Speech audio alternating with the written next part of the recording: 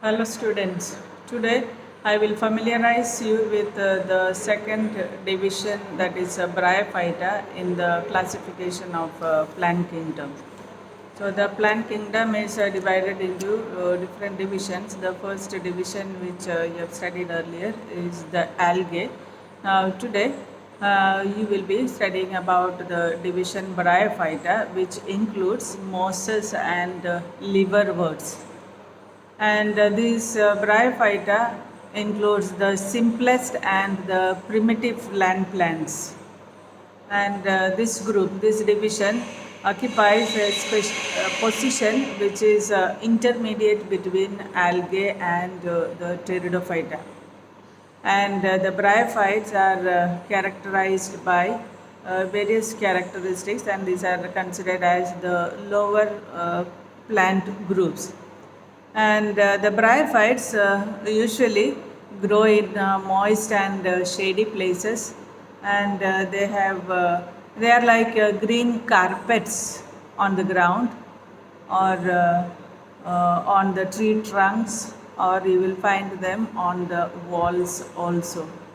So fundamentally they are terrestrial plants, but they require the presence of water to complete their life cycle.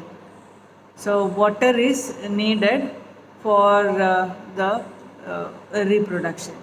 So to complete their life cycle, the requirement of water is there. So the bryophytes are called as the amphibious plants, plants which are amphibians, which require water to complete their life cycle.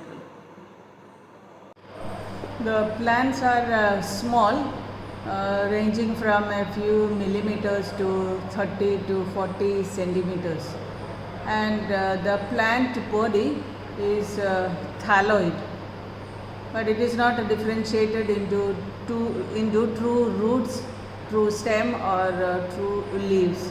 But they have a leafy shoot having stem-like central axis and leaf-like appendages. So the leaves, roots, stem, they are not true, means they are not differentiated. And the root-like structures or the rhizoids are either unicellular or multicellular ones. And in higher forms of the bryophytes, you will find multicellular rhizoids, and they form cords. They are thread-like structures forming in groups.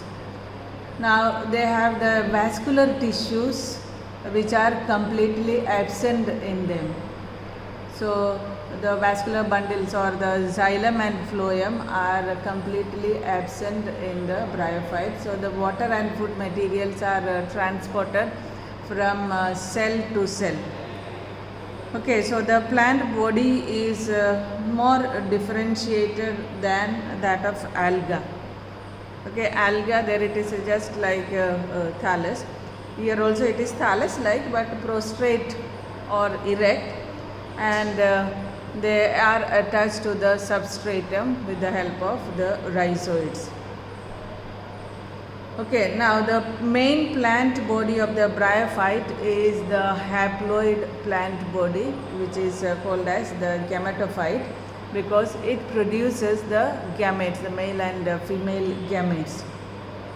So the gametophyte or the main plant body has got the sex organs. So the sex organs are multicellular ones. The male sex organ is the antheridium, and which produces the antherozooids. These are flagellated gametes. And the female sex organ is the archegonium, which produces one egg. Now the antherozooids are released into the water surrounding the bryophytes or the plant, and from there it comes in contact with the egg cell in the archegonium, and the antherozooid fuses with the egg cell in the archegonium, and a zygote is formed. Okay, but here the zygote do not undergo any reduction division immediately, but they produce the next stage, the multicellular body, which is called as the sporophyte. But here the sporophyte is not a free living one, but it is attached to the gametophyte, which is actually the green colored plant part which we see. So the sporophyte is depending on the gametophyte for its nutrients, for the nutrition.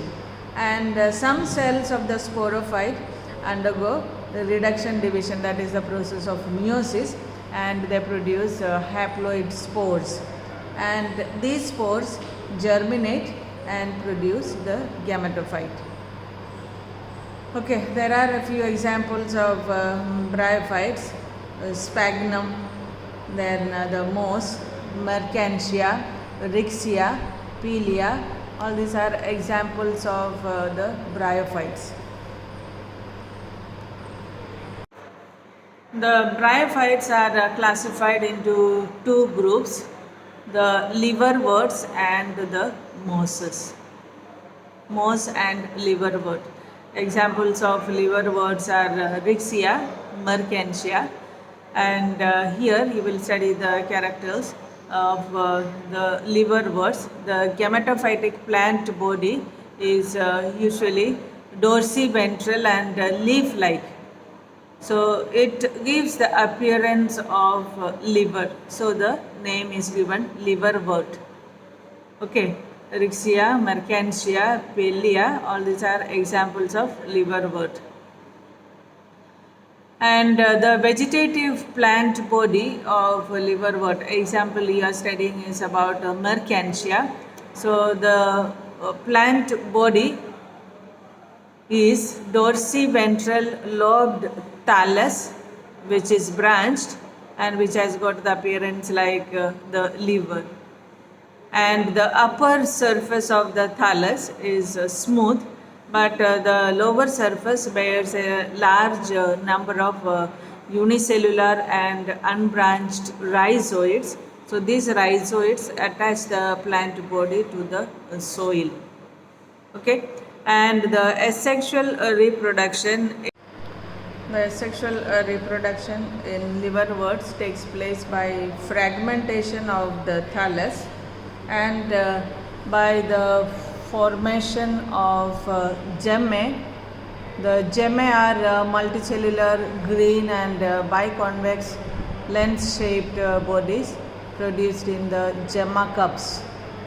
And they detach from the gemma cups and germinate, thereby producing new plants. But sexual reproduction occurs by the formation of sex organs, which are born on special branches. The male antheridia or the antheridium is born on the anthridiophores. They are special branches of the thallus, and they produce flagellated anthrozoids or the sperms. And the female reproductive organs are the archegonium or archegonia, and the archegonia are born on special stalked branches which are called as the archegoniophores. And the antheridium produces the male gamete or the sperm, and the archegonium produces the female gamete or the egg, and fertilization takes place. So the anthrozoids will be moving in the water which is present there in the plant body, and it will reach the archegonium, and there it fuses with the egg cell. So the fertilization takes place, and after fertilization the egg becomes zygote, which is diploid in number and which grows to produce the sporophyte. So the sporophyte is called as the sporogonium, and in mercantia the sporogonium is very small, and there it is differentiated into the bulbous foot, short seta and an oval capsule. Now inside the capsule the diploid spore mother cells divide by meiosis, and they produce haploid spores, and these spores are dispersed by wind. So the sporophytes produce the haploid spores, and the spores germinate and they become the gametophyte, the green colored plant body which we see. Now the second group of bryophytes is the mosses, which are very widely distributed, and they occur from the Arctic, Antarctic regions and in the tropics also. And they grow in close turfs in moist and shady places, and some mosses grow even in the deserts, and they usually form the green carpets or the mats on the moist shady walls, and you may find them on the tree trunks also. The common examples of moss are Funaria, Pogognatum, Sphagnum. All these are the examples.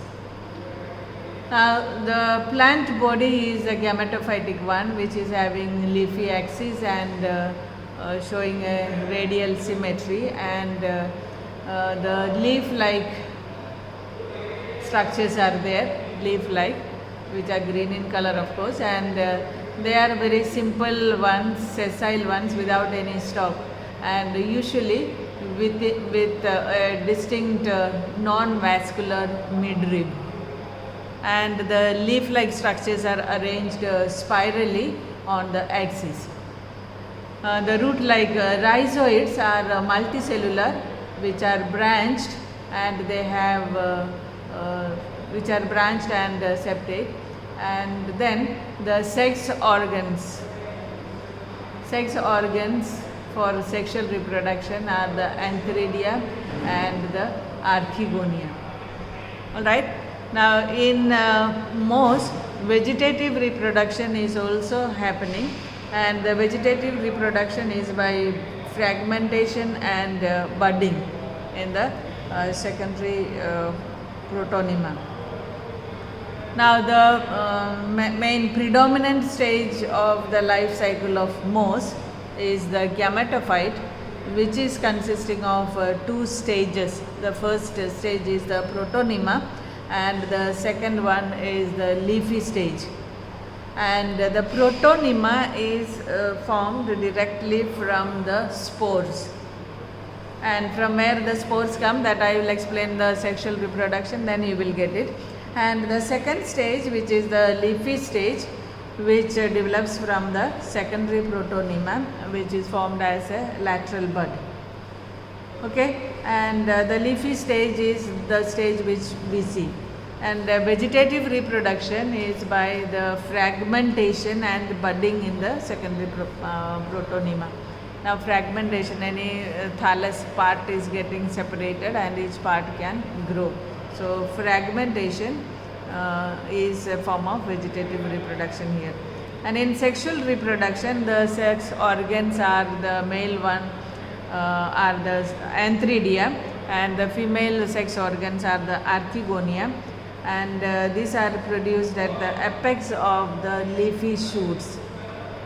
Okay, and after the Antheridia produces the antherozoids, the Archegonia produce the egg cells, and therefore fuse together, and after fertilization the zygote is formed, which develops into the sporophyte, which consists of a foot, seta and the capsule. And the capsule contains the spores. Capsule is actually undergoing meiotic divisions and producing the haploid spores. So those spores are produced by the meiotic divisions inside the capsule, and the spores they get dispersed, and the spores will germinate into the protonema. Okay, so the protonema, which is the beginning of the gametophytic stage and which will grow into the leafy stage. So that is the gametophyte. So the sporophyte, that is the capsule part, which will give the haploid spores, and these spores will germinate into the gametophytic stage.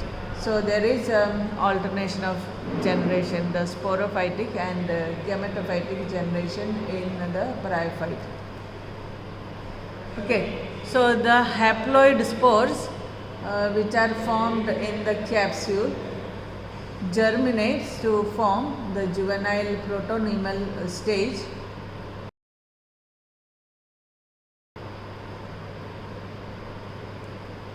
Now we'll see the economic importance of the bryophytes.